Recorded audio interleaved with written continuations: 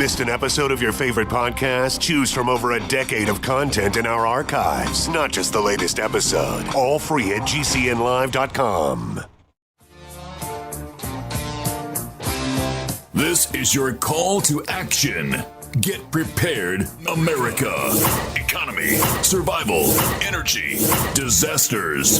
This is USAPrepares.com. Informative radio, educational radio. Interact now by emailing instructor@USAPrepares.com or text at 434-390-7953. Class, please take your seats. Now, your instructor, Vincent Finelli.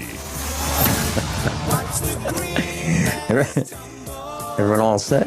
Cocked? Locked? Here we go. And your dial's set correctly to USAPrepares.com. We're delighted you're here. And we're broadcasting 2 hours from high atop the Missouri Ozark Mountains. Nathan is engineering the broadcast in Minnesota. I'm Vincent Finelli, and although she doesn't want to say it publicly, this is KLID's Sonny Skidmore's favorite broadcast. Welcome, John Ragan. Good morning, Vincent. Good morning. You know, I get calls from one of our affiliates, KLID. Sonny Skidmore runs the station there. Yeah, she's absolutely fabulous. She's been a broadcaster and she's been on television and over the years, and she'll call me, and every once in a while during the telephone call off the air, I'll say, "Oh, I'm really glad to be your favorite broadcaster with our instructors. Thank you so much." And she just will not admit it, but I believe that we are her favorite broadcast. John Ragan, boy, you have so much on today's class schedule. It's literally, I can't get over it. I think this is either a record or darn close. Why don't I just sit back and enjoy the class? I tell you, I'm glad it's slow before the holiday news period. Otherwise, we might need to preempt a few other shows just to get everything in. Yeah. I just want to quickly mention I do have the links, and this is on the news tab of the financialstateoftheunion.com, or you can get there from my ministry website, Ezekiel 33, EZE33.org, EZE33.org. And at the top, you'll see the link for Hear the Watchman. Coming to Dallas, March 31st through April 2nd. It's, I tell you, the number of excellent speakers they have just continues to grow. They just recently added Chuck Norris's son, Mike Norris, to the lineup. So I'm looking forward to meeting him. And I believe everybody from Knoxville is going to be there, and it's going to be very informative, very interesting, and more importantly, we really need the people in the audience to get there and work together, because while I think we're going to have fewer policy fights with the new administration, it doesn't change the situation that he's inheriting, and if don't drive that home with some of today's information, it's just not pretty out there. I've also got the link up there, Watch Movies Online Without the Filth. This is VidAngel, V-I-D, Angel, and it's not a subscription service. Basically, the way it works in order to do this is you have to own the movie, so they sell it to you, you watch it, and then they'll buy it back, and if you do that within 24 hours, it just costs you $1 for standard definition. And if you do it through that link, and if you do that before the 23rd, I get to watch some free movies next year. It's just a few bucks for me, but that will handle the FTC disclaimer. Oh, for our number one, the evil spirit of the season. This goes to Microsoft on their webpage, and the current top video they have there is Microsoft celebrates the spirit of the season. And if you watch that video, you won't find anything about Christmas or Jesus, not even Santa Claus. But you will find things about refugees and homosexuality and stuff of that nature. So if you think the reason of the season has something to do with Jesus, well, not according to Microsoft. And unfortunately, I think all the other tech companies are, at least the major ones, are pretty much aligned with them. It's kind of a repeat of Genesis 6, and I guess even going back to earlier than that, when there's a temptation, you will surely not die, and we have all these tech companies working very hard on making it to where you can upload your consciousness to the computer and live forever, no God necessary. And I just want to let you know that's not going to work out very well. I'm looking at the image. I clicked your link, and it says Microsoft celebrates the spirit of the season. And this year has been challenging. This is a quote right from Microsoft's website.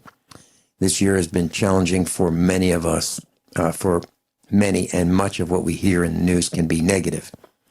We wanted to lift people up and remind them that ordinary people can make a difference.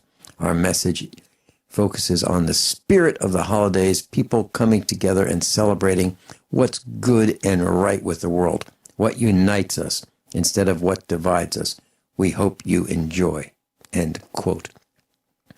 And so there's a peace and love always, and there's the homo flag colors. There are people holding hands, different races and colors. But there's I don't see any crosses anywhere. I don't see one, unless it's buried somewhere in the message. I see this one person's hair. It looks like a bunch of snakes, literally. Everybody's the images, two main images are looking upward, sort of upward. But I don't see any Christmas message. And I kind of think that Christmas is the centerpiece of this particular season. There are more people who are focused on Christmas than anything else this season, but that's not what the message of Microsoft on this link shows. Am I missing something, John? Not at all, and it's much like this year's Thanksgiving proclamation. And you won't find God mentioned. You won't find pray or prayer mentioned. And like I said, the reason Lord's in there is because of the way the date's styled in the year of the Lord. And he doesn't have to pretend anymore, because he's not for re-election. And since Thanksgiving was after this year's election, he just went all out. And if you compare that to what other presidents have done, especially going back, in the earlier days in the country with, notables Washington and Lincoln, you just see how much even the churches have fallen from where we were. Mm-hmm. Mm-hmm. Yeah, we were talking about churches over the weekend, my son and I, and there's a church in our neck of the woods that is focused on the village and Christ. And what they do is they have lots of events where they bring the village together, potluck dinners and meals and so forth. And it's just to keep the community aware of what's happening within the village, aware of what's happening within the village and so forth. So I think that's kind of a nice part of the fellowship of church. Well, and speaking of falling from where they were, the second article, Why Sears is Toast. Somebody man. went to a Sears store in Richmond, Virginia. The photographs are from June. And we've talked about things since then, how the suppliers have cut back and whatnot. And they've got a slideshow, 46 photographs just walking around the store. There's lots of empty floor space. The displays are not well kept. During the 45 minutes they were there doing this, they ran across 2 employees. Yeah. And it's I mean, I've seen thrift stores in better shape than this. It's absolutely pathetic.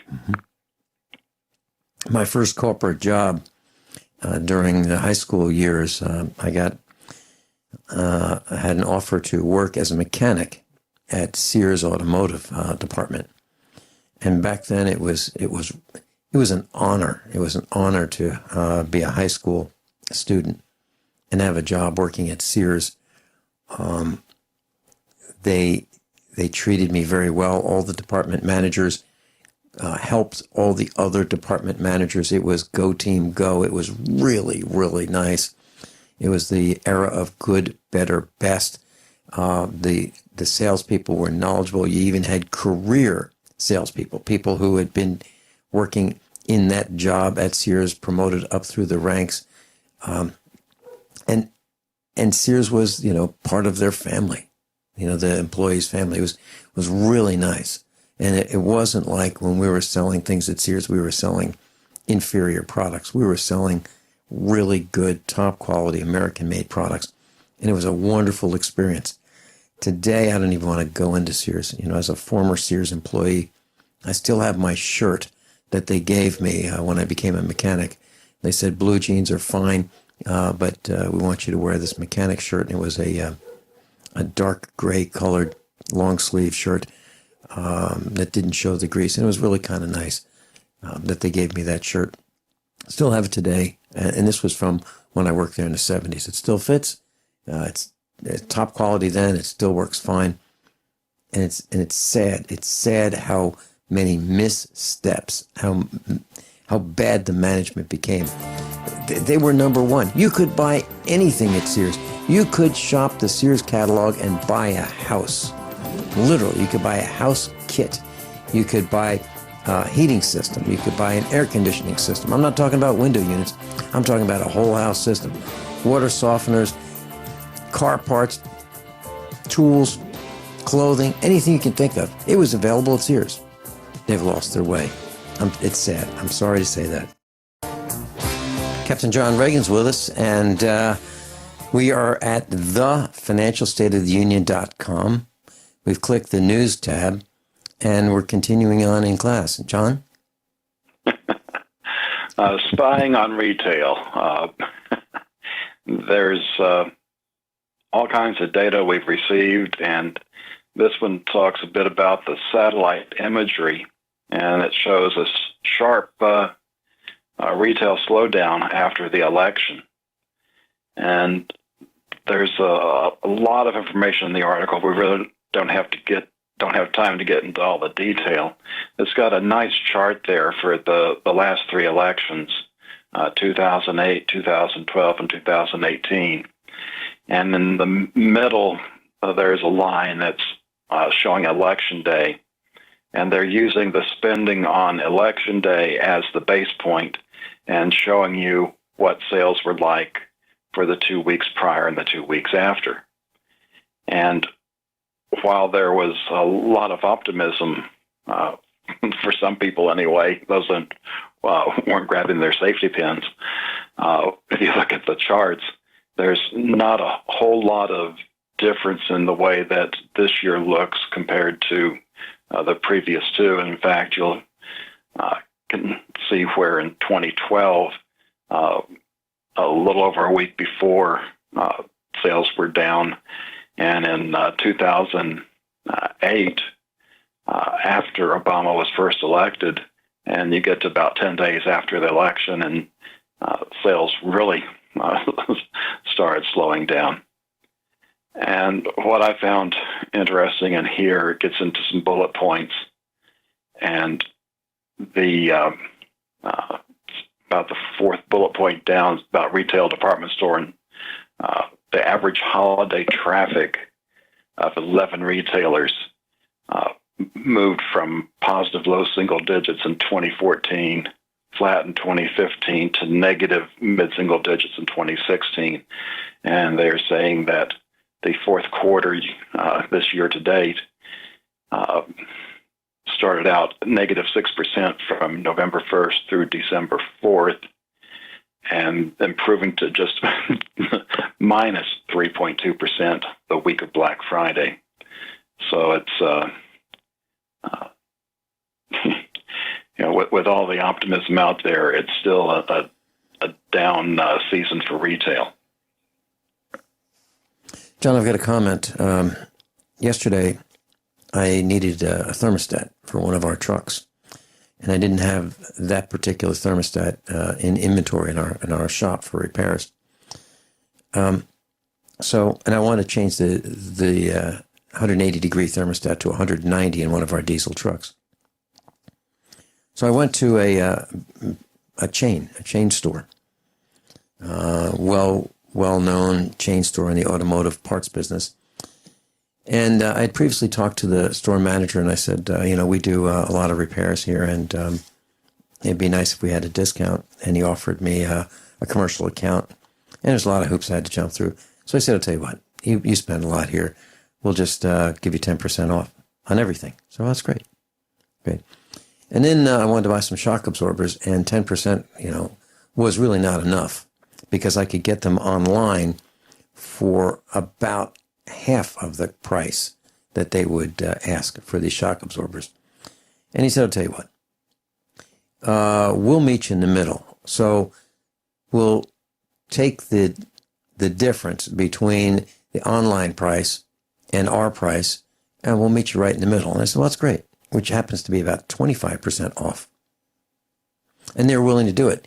And yesterday, when we needed this thermostat, I went into the store. The manager wasn't there. One of the guys was there. He said, sure, we'll do that. We'll meet you in the middle.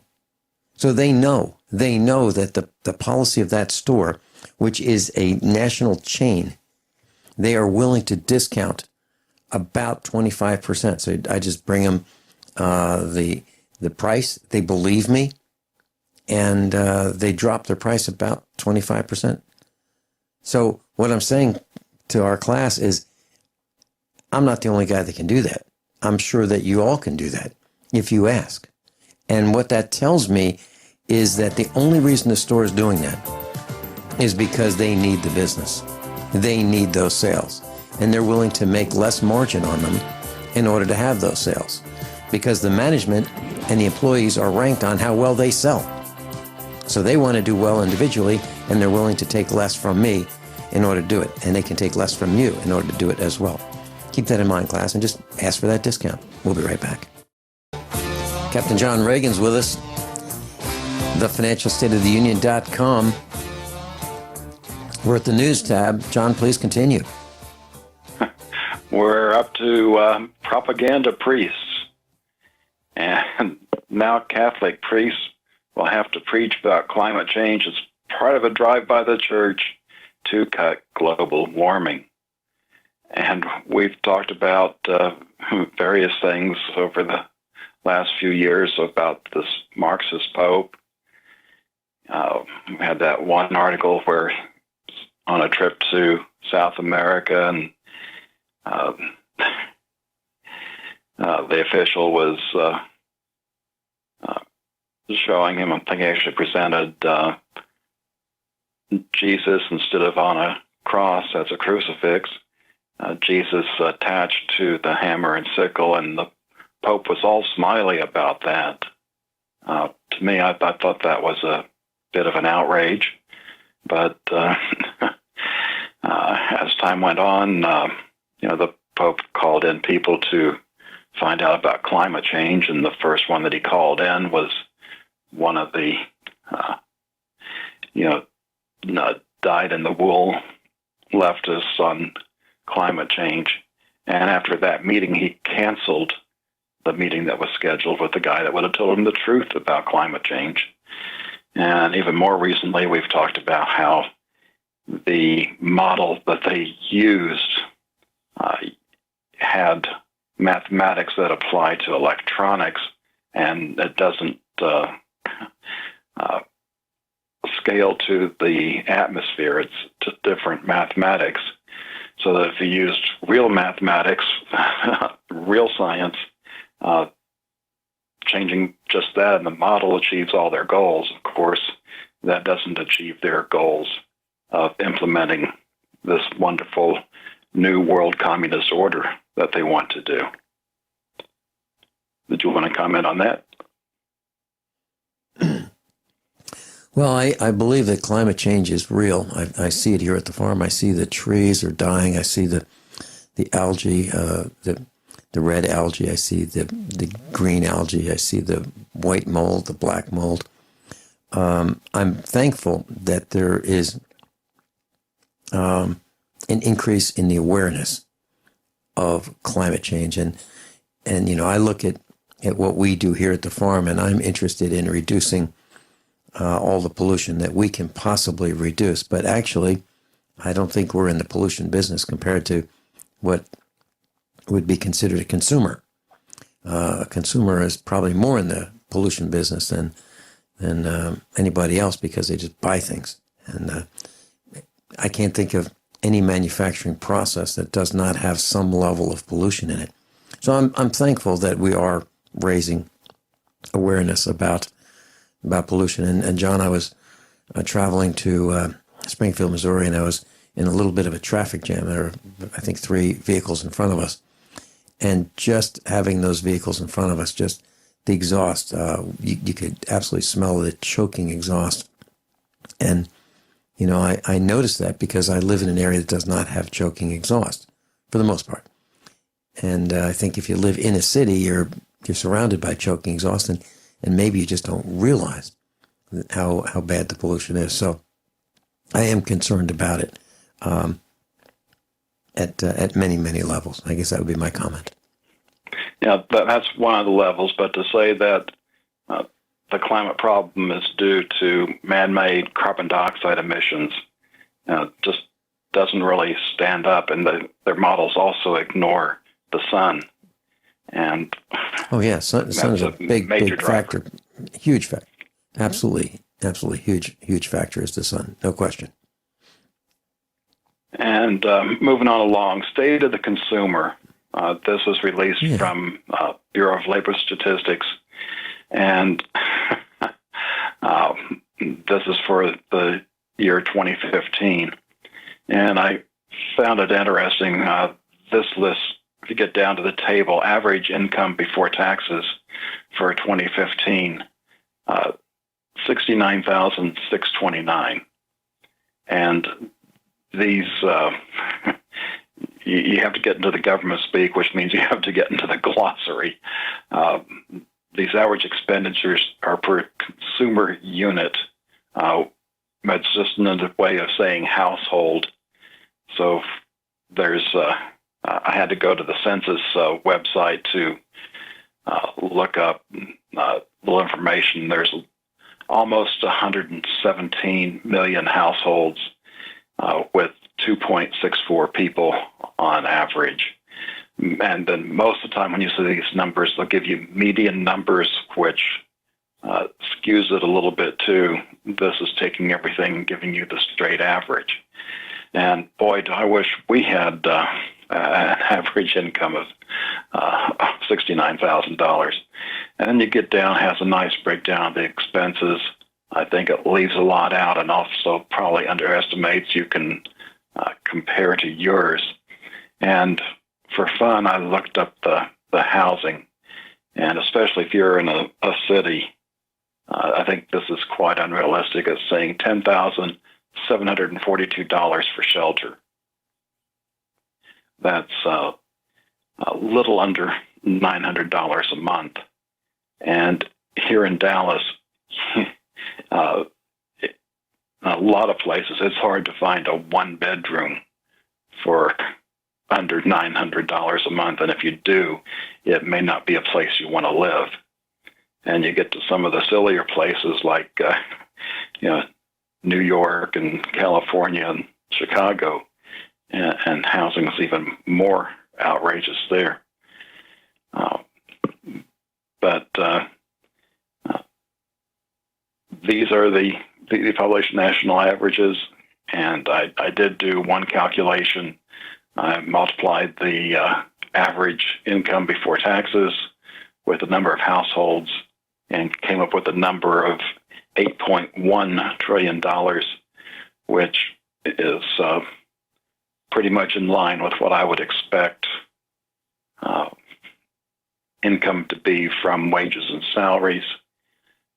There's still things like business income, investment income, retirement income that may not be included in that if you wanted to look at what the total income for the country is.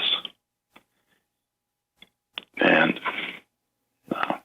I'll pause if you want to comment. Otherwise, we'll be going on to talk about the long Sunday. I'm looking at this at the numbers, and it's annual average expenditures that I'm looking at, and food. This caught my attention, John. Food at home, okay, 2015, $4,000. Food away from home, $3,000. So total food would be $7,000. I'm really surprised at what people spend on average away from home. 3/7 of their food expenditures are spent away from home. That seems like an enormous percentage. That seems like people are eating out a lot more than I thought they were. And if you looked at my numbers, it would probably be whatever the home expenditure is and $500 away from home, not $3,000. Would your numbers be similar to that? A small percentage away from home compared to home? It would be, but if you work at a corporate job these days, a lot of times you will eat out for lunch because, one, they don't give you enough space to really bring your lunch. And two, if you do, you may not have your lunch because some people will see something in the fridge they like and just take it. It's or you may be ostracized for eating at your desk or eating on the park bench or something, depending on where you work. But I was just kind of surprised. That's a good part of it there. Okay. The next link is a PDF. It's a small book called The Long Sunday, written by Dr. Peter Vincent Pry. He's the executive director of the EMP Task Force on National and Homeland Security. He was part of the EMP Commission that we've talked about, their report. And it's a 64-page PDF, good information. He was on Hagman and Hagman Friday night for hours 2 and 3, if you want to listen into that. And the only thing that I really would say is different from what he presents is going back to the EMP Commission. They say that there'd be a 90% fatality rate in America within the first year. And as I've talked about here, running the numbers on the food supply, I believe the fatality rate is going to be at least 99.5%, and it won't take a year. It'll probably just take about 60 days. So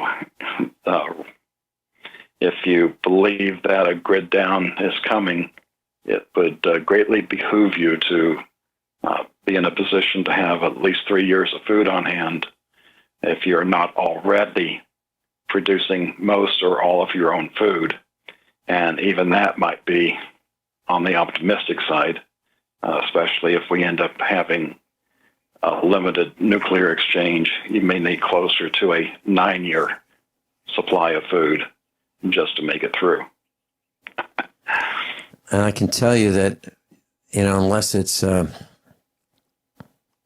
freeze-dried food or MREs, that 9 years of shelf life is pretty darn hard to achieve for enough food to last a family. To store 9 years worth of food is tough, is really, really tough. Now, of course, you don't have to store all of it for 9 years because you'll eat half of it within 4.5 years. But I can't, John, I don't know anybody who has 9 years worth of food. Not one person. Not one person. Do you? I'm not even close. Yeah. Well, I mean, do you know anybody? No. No. So what you're going to have to do is grow it. And I think you ought to consider growing garlic. Captain John Ragan's with us, the financialstateoftheunion.com. John, what's next? I think what I'm going to do is save the next two financial ones for after the news break and see if we can get the last two for hour one, even before the national security state and communism 2030 finish this hour.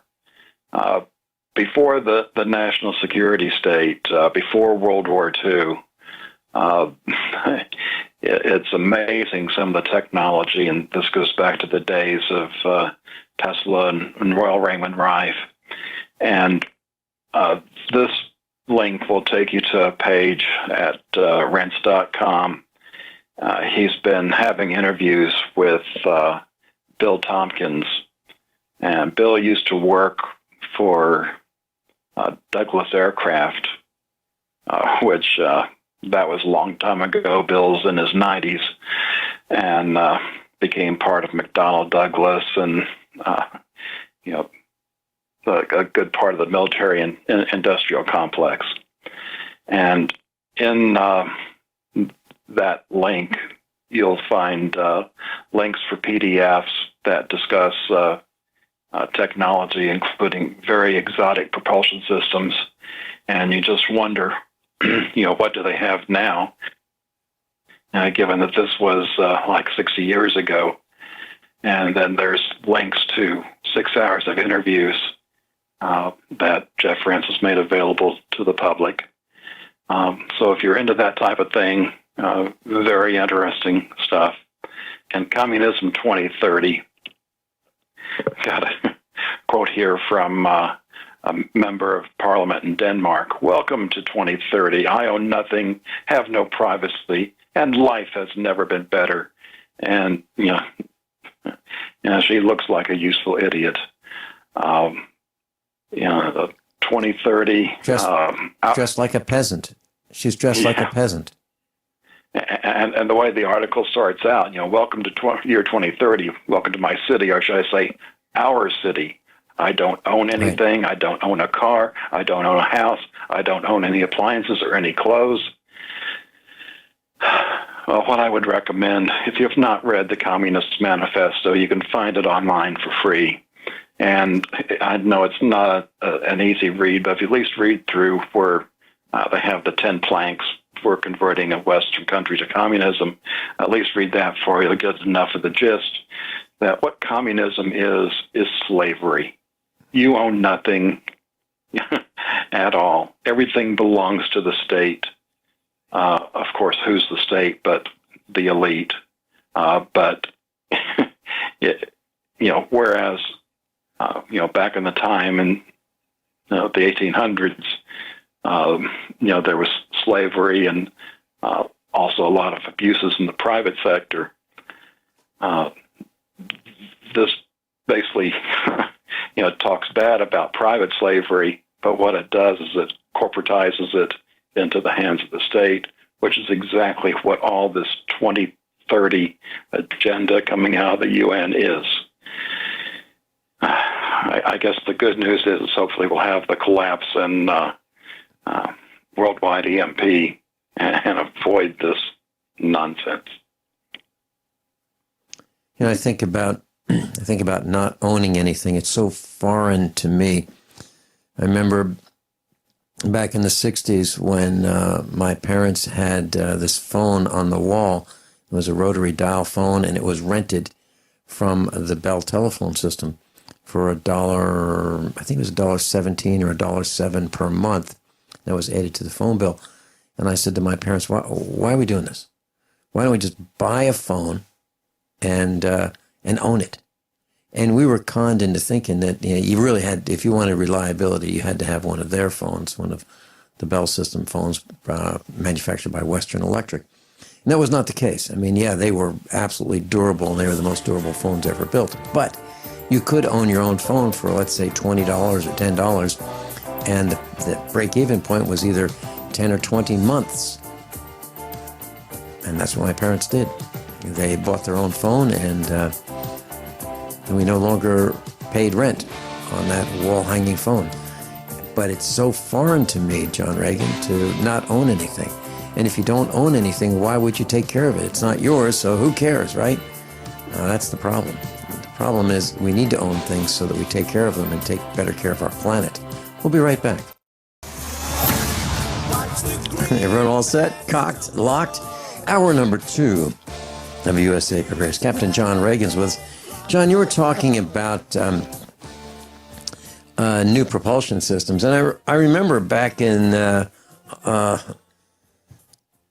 probably the very, very late 1960s, I was in a science fair, and I built an ion rocket.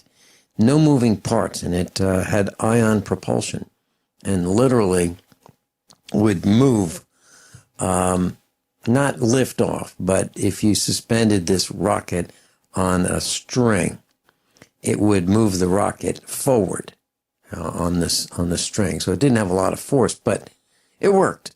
And that was in the very, very, very late 1960s. So I'm sure we've come a lot farther since then. And that's just me as a child doing this. So I found what you said previous hour quite fascinating. What's on for this hour, John? Well, the two articles we didn't get to from hour one, will the financial system make it through 2017, and the other crack up? There's so many balls in the air, to use a juggling term, that we don't know which one is going to cause the problem. There's so many choices, and these show a couple of ways. The first one is from King World News. A former Soros associate just warned a 1,000 layman's event is going to plunge the world into total chaos. And he's talking about what's going on in Europe, the problems with the banks, the problems with debt, the destruction of the euro. And we've talked before, when the euro goes, you expect the dollar to go within a week or two later. So it's big. We just had the referendum in Italy. Italian banks have big problems. They have 400 billion euros of non-performing loans. We've got Dutch bank with over $45 trillion. We can't even imagine numbers this big in derivatives.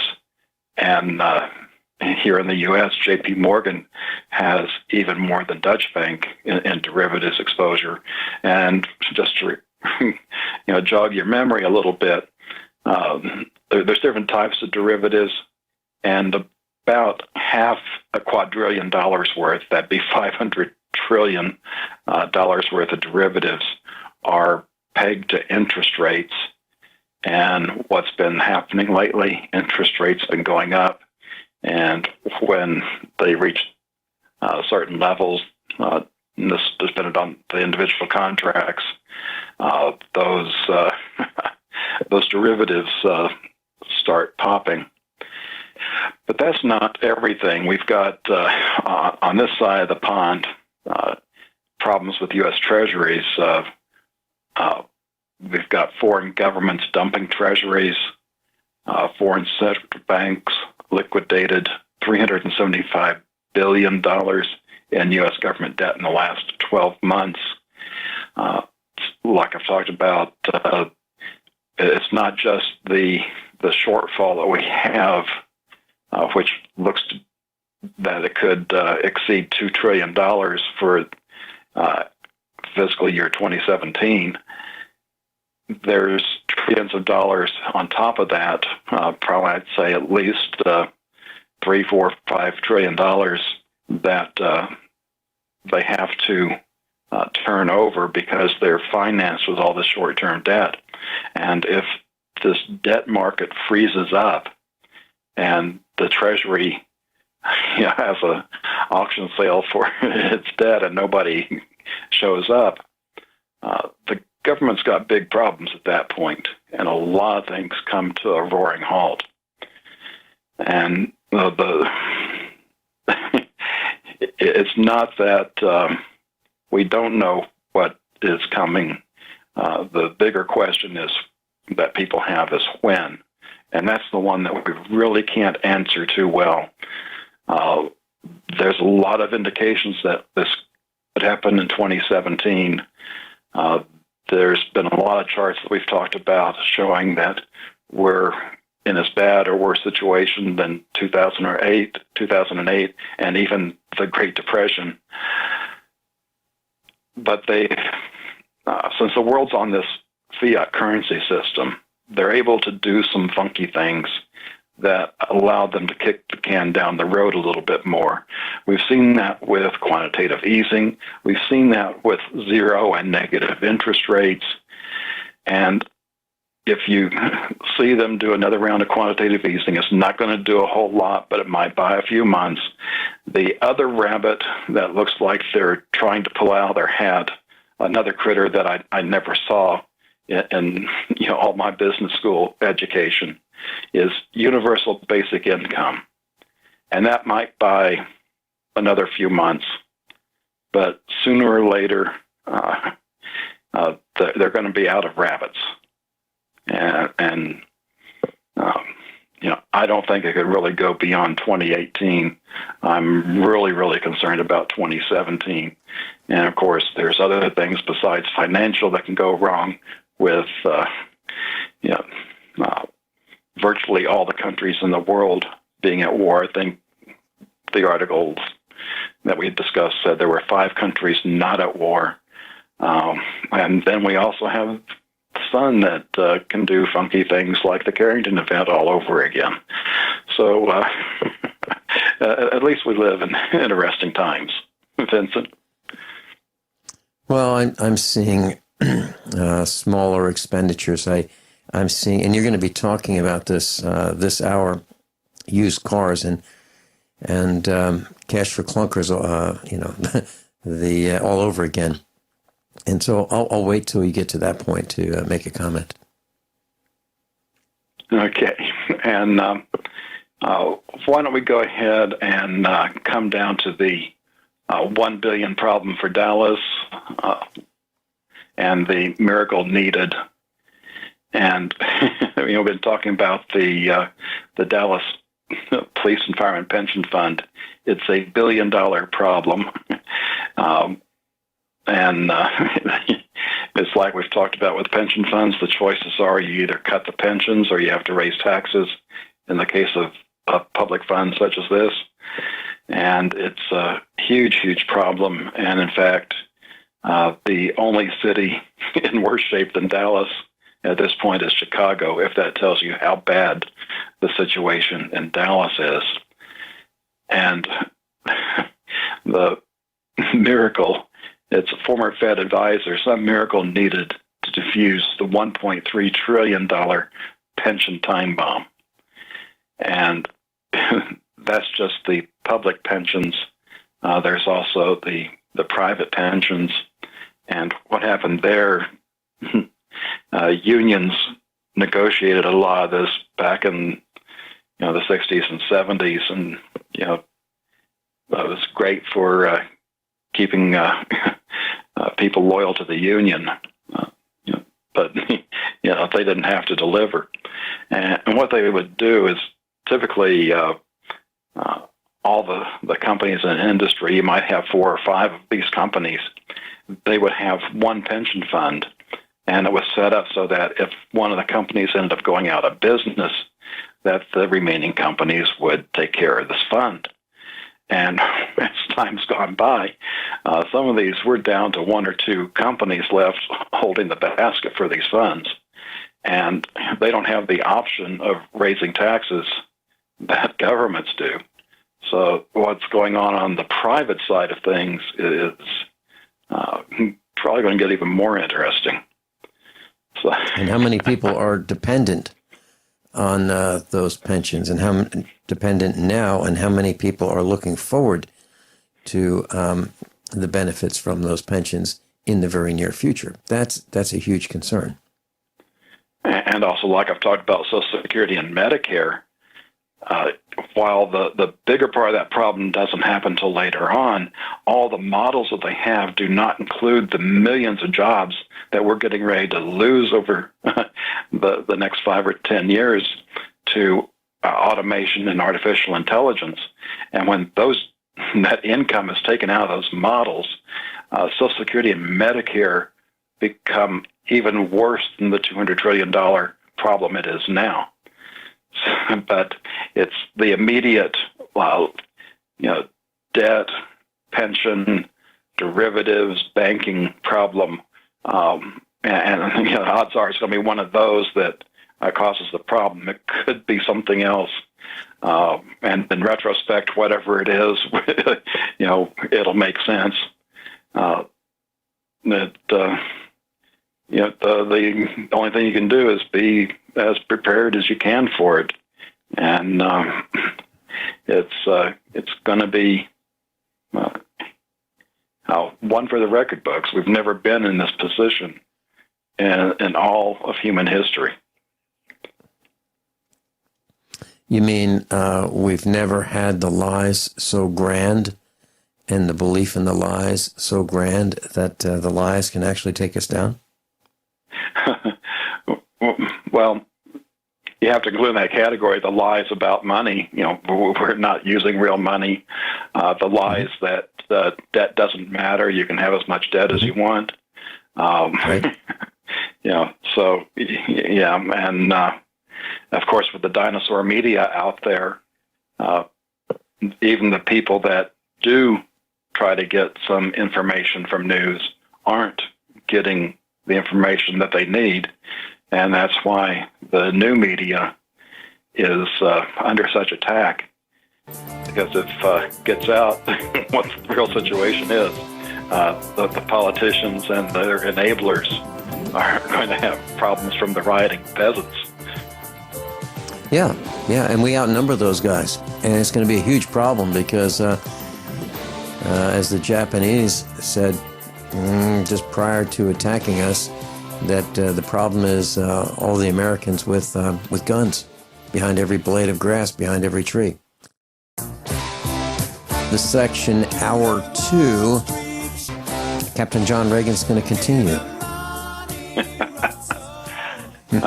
Let's go ahead and back up to the China anti-satellite weapons. And this takes me back to the good old days when I was captain in the basement of the Pentagon working on the nuclear planning system. And, when I started that assignment, I was still planning on an Air Force career. And I was taking my MBA at the time and also Air Command and Staff College. And when you take Air Command and Staff College, part of it is an elective, and you have an option of, I think it was about 5 or 6 choices. And I took what was known at the time as Star Wars, the Strategic Defense Initiative.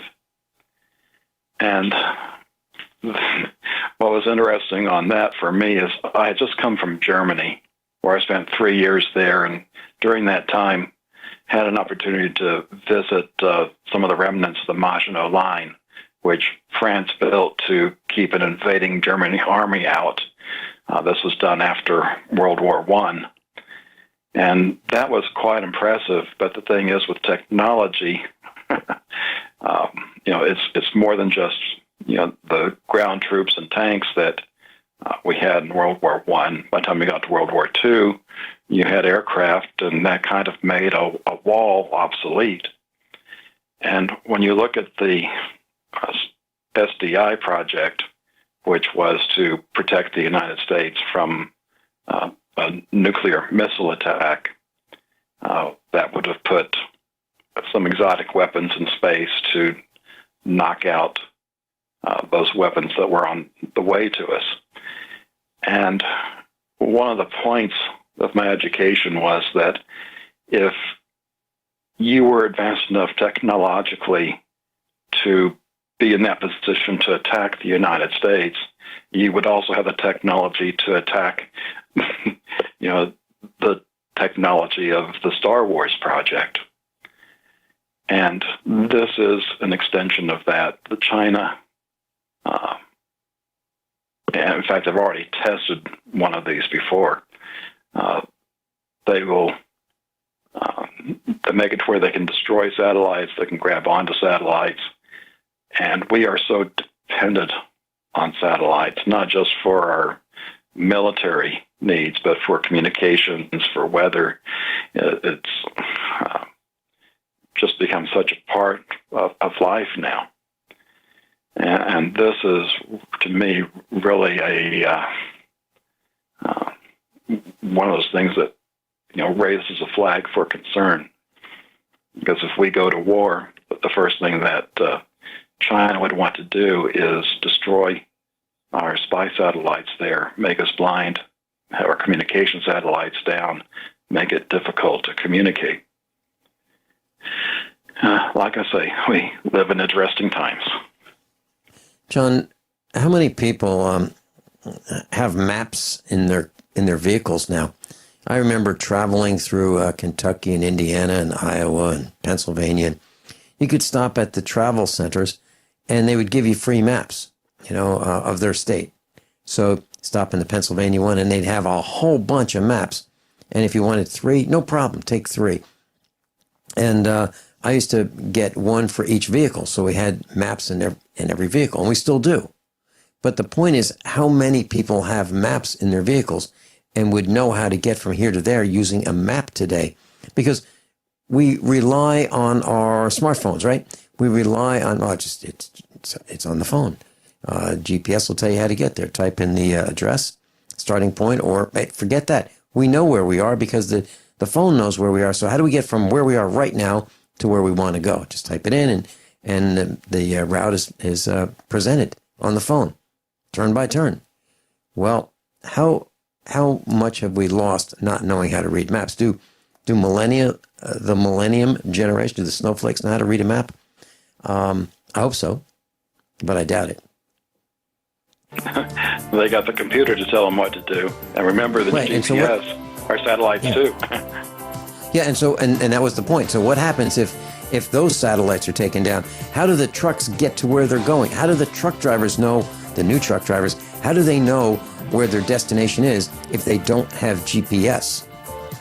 If they don't have that TomTom or Garmin unit or smartphone, how are they going to know how to get there? Captain John Ragan's with us. John, we've got Kyle in Montana. Welcome, Kyle. Kyle, you're on the air with Captain John Ragan. Welcome. Yeah. I just had an experience about a year and a half ago that really, your GPS thing really reminded me of it. A friend of mine who's pretty well off for his son's birthday, flew me back east, him and me and my son, to go charter fishing with him. And we were in Boston. And when I was noticing, my friend was just watching his phone constantly to find out where to go. And I'm talking, last-minute decisions, last-second decisions, to be able to know you come up over these hills, and there'd be 3 different paths you had to take, and you had to get in one of them lanes in a matter of a second. And So anyway, he was finding his way all around Boston and Washington, D.C. and stuff like that. And I just noticed that everybody that I saw had these like tablets mounted on their dash. And those were all GPS units to be able to find their way around the town. And so to put a exclamation point on this thing, when I was flying out, there was cops at the airport there, and so one of them was just kind of parked right up there, and I was sitting outside, so I didn't have to sit in the terminal. And I just walked over and started talking to this guy, and I noticed he had one of those things on his dash, and it wasn't. He had two of them actually. One was for whatever came across his, for business to take care of, and the other one was a GPS unit. And so anyway, I asked him. I said, well, you've been here long? And he says, yeah, I grew up here in Boston. And I said, I don't imagine you need that GPS unit. He says, I use it every time I leave. He said, otherwise I get lost. And he was probably mid-50s. Mm-hmm. And he did not know his way around the city enough that because he said there's just too many off streets and too many different one-way places. And anyway, I thought, here you're been there for 50 whatever years, and he was using one. He says we couldn't find half of these places if we didn't have this. Yeah, Mike Parsons called in and talked about how he was flying with a guy who, was a military pilot and had trouble finding his way around, without assistance from electronics. Yep. You're absolutely right. It's a real problem. We have become dependent. We don't know how to spell anymore because, of the early days of Bill Gates and Microsoft's word processing software that would correct our spelling on the fly. We don't know how to add or subtract or multiply or divide or estimate because of the calculator, the electronic calculator, which has been around, since the early 70s, maybe even the late 60s. And of course, we don't know how to find our way because of the electronics we have in our cars and phones. You're absolutely right. No question about it. It's a real problem. Pretty soon we won't have to know how to think. I think that is the whole entire agenda. I mean, I really seriously think that is the agenda, Vince, because if you had to use a map, and the more dumbed down, I think that's really part of the entire agenda. The more you don't think, the easier it gets to not think. I'll tell you what would be worse than that. If we look down the Never Forget a Face, it talks about using facial recognition to bring up information about the person. And they really want to get this combined with augmented reality so that when you're looking at a person, you've got their name and other information about them. So imagine in your normal working environment, you won't even remember people's names unless you have your augmented reality. Such a good point, John Ragan. So we're at an event. Let's say it's a party and a whole bunch of people are invited, like our house. So when we have an expo kind of thing and we've got John Statmiller and John Ragan, we got a whole bunch of people here, and we all bring out our phones, right? And we aim them at each other and go, I know you. You're John Ragan. There's just some realities, Vince, that you just almost can't imagine. And one of them is is anything happening at your house like that or at my house, either one. Yeah, I can assure you it does not happen. And we don't even have to have a sign anymore because people leave their phones at home and in their vehicles because they know they're not welcome in our house. But Kyle, I'm really glad you brought that up. We are so dependent on electronics, and it bothers me. It really does bother me. Now, one part of electronics I really like, and that is eBay and Craigslist, and I like being able to find things before I go shopping for them. I like being able to find good deals. John Statmiller says I'm cheap. And, I keep reminding him that's really not true. I'm not cheap. I'm thrifty. I don't like wasting money. It's a sin in my world to waste anything, including money. Yep. It's a sin to throw things out. Yep, I am the same way, Vince. I make wink and squeal. I pinch those pennies so hard because, you know, people have gotten into the mentality that, you know, that money is it just fritters away, because if somebody is not hurting for money, then you don't really think about it. But if people have ever had a hard life where you literally were down to almost nothing, you learn from those things, like our grandparents did in the Depression, and it carried over into my dad and mom. They're thrifty. I mean, they didn't throw nothing away, and it's a lot in our lives as well. You know, it's just.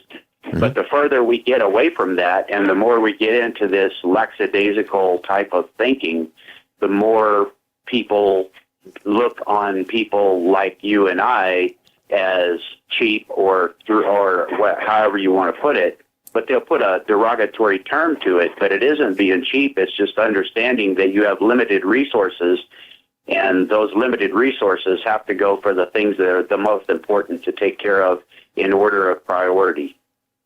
Let me give you an example. Go ahead, John. The next to last article will soon see how stupid millennials are. Starbucks plans to open 12,000 new stores in the next 5 years, including 7,500 upscale cafes where a cup of coffee costs $10. You know, if I were on the board of directors, of course I never would be because I don't understand the current mindset. But if I were on the board of directors, I'd say you guys have lost your minds. There's no way that anyone's going to buy a cup of coffee for $10. It won't happen, you know. And I'm sure I'd be 100% wrong. I'm sure there are plenty of stupid people who would do that. Yep. And I'm sure I'll bet you. I'm not a betting man, but I'll bet you that neither John Ragan nor Kyle from Montana do not frequent Starbucks. I literally have, as far as I know, Vince, I have never been to a Starbucks, and the only coffees that I get from any of those places is if I'm with somebody and they say, "Hey, you want a cup of coffee?" and they want to buy it, because I'm not spending no $4 or $5 for a cup of coffee. Even to me, that's insane. John Ragan? Once a year they offer a free cup of coffee, and I did try it out, and I don't really care for their coffee. Okay. And in my case, I went to a meetup years ago, and I walked in the door, and a guy who was one of the regulars at the meetup handed me a cup of Starbucks coffee. And he said, "Now you can't say you haven't had a cup of Starbucks coffee." He literally went out of his way to buy one, and I've got to tell you that it was nothing special. Absolutely, you know, nice thought on his part, but it was not something. I've never gone to Starbucks myself, and even after having tried it, I still haven't gone to Starbucks. But I know people who it's like a church to them. They are religious about Starbucks coffee. I don't get it. It's still in a paper cup, isn't it? Oh, it's unbelievable, Vince. I come up with a poor man's latte, and I like so I'll take a little stevia and about 1.5 inches of milk in my coffee cup, and then I put a little bit of imitation almond flavoring in there, just about 1/4 of a capful, and then I'll pour the coffee on that, and then stir it up, and I really like that. But I'm not paying $4 or $5 for it. I might have, 10 cents in it if I'm lucky. Right. But right. Yeah. Anyway, I'll let John get on with this thing. I'm sorry I took up quite so much time, but thanks for calling, Kyle. That's Kyle from Montana, USA Prepares instructor. John Ragan, back to you. Let's hit the bottom of the list, talent perspective. I threw this in for those of you that read your Bible, which I highly recommend. And if you need some help with that, there's an app for your phone that Benham Brothers puts out. and you can actually have it read to you, and that's what we do. And I've been learning all kinds of fun stuff. I've been using that app since May. This talks about an event that happened in 524 BC when pirates robbed a Greek island, and they got 100 talents of gold, which we don't really understand that because we don't use that weight anymore. So in the ancient world, a talent was equivalent to 26 kilograms, or about 836 troy ounces. So the 100 talents of gold that was pirated, it would be worth just shy of $100 million today. So when you read about a talent of gold in the Bible, that would be roughly $1 million. So it's quite a significant amount. And the main thrust of describing this, John, is what? That we still use gold? It's been used forever, and this just helps you put the story in perspective so you understand the magnitude of it. Very good. We'll be right back. Final segment coming up. Captain John Ragan. Captain John Ragan's with us. We're at the financialstateoftheunion.com, the news tab. John, last segment. When I started the process, I had 80 articles in my show folder. I had that cut down to just under 60, and we're able to cover less than 20 of those on air today. So I highly recommend you get to the site and check out the rest of the news. To finish out, let's look. I've got a couple of tech articles, Virtual Fence and Bluetooth 5. Virtual Fence talks about a system that's been in testing for the last couple of years. It's kind of like shock collars for goats, so you can keep them in a certain area of the pasture. And in addition to that, you can track the goats, and it can also inform the farmer if the goat's sick or the animal's stuck or managed to lose its collar. So you don't have to wait for going out in the field to see if there's an issue. And just wait till they give you a shock collar for humans. Bluetooth 5. It's you think, what's the big deal? Everybody's been using Bluetooth. Well, this next version, as opposed to Bluetooth 4, it offers more range. It's got double data transfer speed, quadrupled network range, 8 times the broadcast message capability over Bluetooth 4 devices. And why this is a big deal, this is what they're going to put in for all those wonderful Internet of Everything devices. And this is how it will communicate locally. It'll probably either be connected to your router or the smart meter in your home for talking with the controllers at corporate and government locations. So just wanted to let you know what's coming and what it's going to be used for. Vincent? So Bluetooth 5, 4 times the range, twice the speed, and they say with no increase in power consumption. I'm just trying to figure out how they do that. I don't understand the physics of how you can have farther range unless you change the frequency. But we're going to need to look into that and learn more about that. But they say 4 times the range and double the speed. I'm going to talk to Bert Bertonis. He's our radio frequency engineer. Ask him how Bluetooth 5 accomplishes that without increasing the radiated power. I'd like to know how that's accomplished. John, what's next? And they say it's going to be available in the next 2 to 6 months. And the one other one didn't get to an hour two. A second one, negative growth. This one talks about what's happening with the Texas economy. Sales tax collections are down 5% year to date versus 2015, and down marginally from 2014, which marks the first time that it's been down 2 years periods since the financial crisis. And this is a big deal for Texas because Texas doesn't have income tax. It has property tax, which is, well, a lot of that goes to funding schools. A lot of income for cities comes from the sales tax. So for that to be down is a big deal. And in addition to that, it talks about the economy of Houston and Houston real estate, commercial and residential buildings. All of that's down. There's some really hard-hit areas.